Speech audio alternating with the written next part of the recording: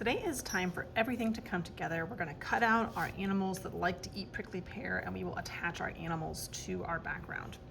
Now today, the most important thing while you're cutting is sometimes when you're cutting in your classroom, we're told to cut on the line, but today you actually don't want to cut on your line because a lot of kids cut on a line and then you kind of lose a lot of your animal's details.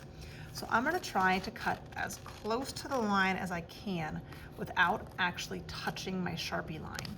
I'm going to pretend kind of like my Sharpie is hot lava, and if my scissors touch my Sharpie line, then my scissors will melt.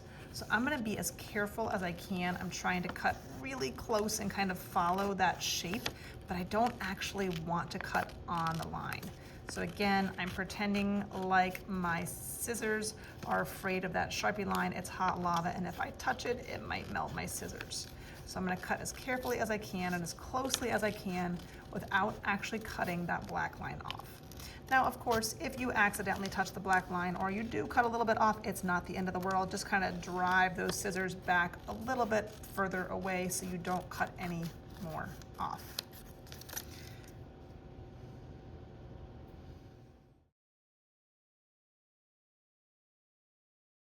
Now that I have all of my animals cut out, it's time for me to decide if I actually want to use all of them.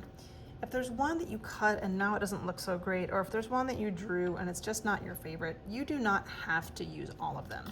So if I really love this little guy and I think he's the only one I want in my background, that's fine. If you do like all of them, that's also fine. Now, if your prickly pears are like mine, I probably don't want to put it so that he's like in the prickly pear bush. I probably want to try to get him pretty close to the bottom of my paper so it kind of looks like he's just walking right alongside it. Up here I could scoot it up a little bit higher because the bush is not quite as low down there. And it's also okay if I overlap. It's okay if if one's kind of behind the other one, if I need to fit them all.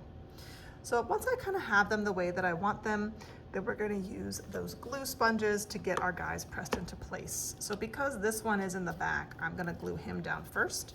And I just put it on my glue sponge, just kind of give him a couple little taps, make sure you go all the way to the end of his ears and the end of his feet.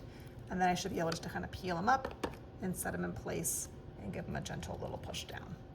And I'll go ahead and attach all of my desert creatures and get them kind of set into place. If you end up having one that you don't want to use, you can either take it home with you, or if you don't want it, you are welcome to recycle it.